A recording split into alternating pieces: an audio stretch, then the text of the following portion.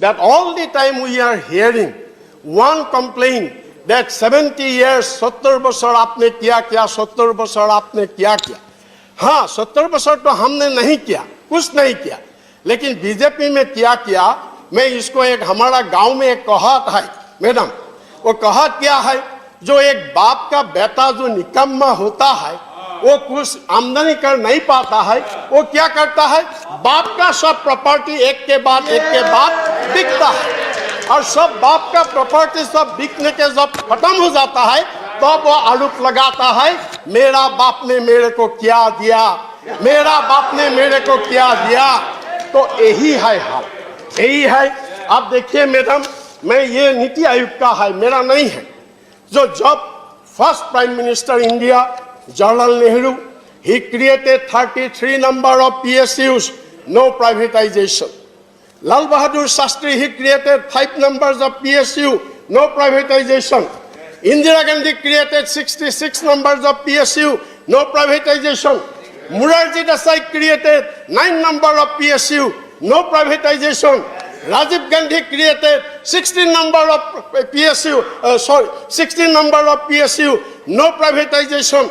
VP Singh created 2 number of PSU, no privatization. PV Narasimha Rao created 14 number of PSU, no privatization. I.K. Gujral, H.D. Devegowda created 3 number of PSU, no privatization. Then Atal Bihari Vajpayee, he created 17 numbers of PSU. There is 7 privatization. Dr. Manmohan Singh created 23 number of PSU, only 3 privatization, and our Vishwaguru Prime Minister Narendra Modi, during 8 years, he created not a single PSU, and he privatized 23 number of PSU of our country. यहां पर कांग्रेस के सांसद ने बेनकाब कर दिया। सबसे पहले एक बार पीएसयू की लिस्ट आप देख लीजिए, आपके बगल में पीएसयू की लिस्ट होगी, आप समझ सकते हैं पीएसयू क्या होता है। पीएसयू का मतलब होता है पब्लिक सेक्टर अंडरटेकिंग, सरकारी क्षेत्र उपक्रम। और यहां पर जो है कुछ एक जो पीएसयू है उनकी लिस्ट आपके सामने है। हालांकि कई सारे पीएसयू अब ऐसे हैं जो इनमें से भी जिनकी अंदर के शेयर जो है वो बेच दिए गए हैं। लेकिन कैसे जो है वो यहां पर कांग्रेस के सांसद ने बेनकाब कर दिया कि नेहरू जी ने 33 पीएसयू बनाए, एक नहीं बेचा। लाल बहादुर शास्त्री ने 5 बनाए, एक भी नहीं बेचा। इंदिरा गांधी ने 66 बनाए, एक भी नहीं बेचा। और इंदिरा गांधी ने बैंकों का उस वक्त में सरकारीकरण किया था और आज निजीकरण हो रहा है। और उसके बाद में मोरारजी देसाई ने 9 बनाए, एक नहीं बेचा। राजीव गांधी ने 16 बनाए, एक भी नहीं बेचा। वीपी सिंह ने 2 बनाए, एक भी नहीं बेचा। अटल बिहारी वाजपेयी के समय पर भी 17 पीएसयू बने थे। मोदी सरकार ने क्या बनाया? उसके बाद में आई के गुजराल और एचडी देवगौड़ा ने 3 बनाए। अटल बिहारी वाजपेयी में 17 बने, हम बता चुके हैं। मनमोहन सिंह ने 23 बनाए, 23 बने मनमोहन सिंह के समय पर। और मोदी सरकार ने 23 बेच दिए, एक भी बनाया नहीं, 23 बेच दिए।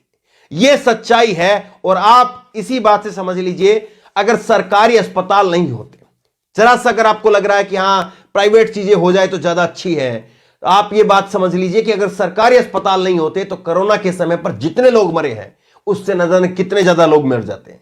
और गरीब क्षेत्र में आप दूर दराज के गांव के इलाके में चले जाइए, अभी भी लोग जो है वो सरकारी अस्पताल की तरफ भागते हैं, क्योंकि उनको मालूम है वहां पर फ्री में मुफ्त में इलाज हो जाएगा। प्राइवेट में जाएंगे तो जेब काट ली जाएगी, लाखों रुपए का बिल बन जाएगा।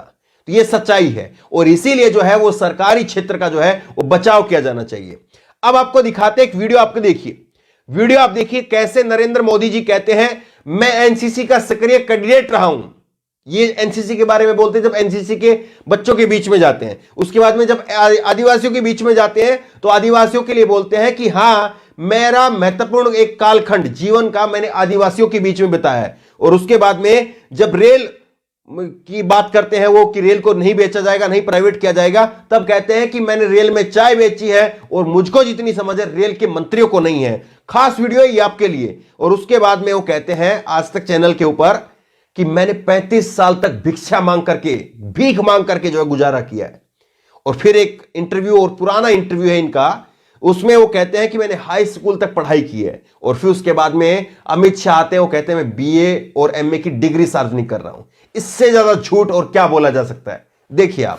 कि मैं भी कभी आप ही की तरह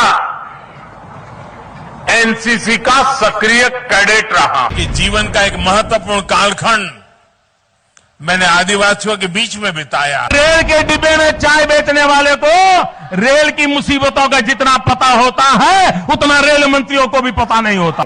मैं 35 साल तक भिक्षा मांग करके खाया। पहली बात तो मैं कोई पढ़ा लिखा व्यक्ति नहीं, स्कूल तक पढ़े, मतलब प्राइमरी स्कूल तक, हाई स्कूल तक।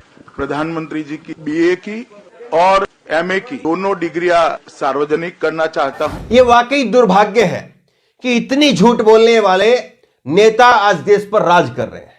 देखिए, यहां पर किसी की कोई पद की जो है वो अपमान करने वाली बात नहीं है, लेकिन जिनने जो वादे किए उससे तो आईना दिखाया जाना चाहिए ना कि आपने वादे क्या किए थे, आपने क्या कहा था।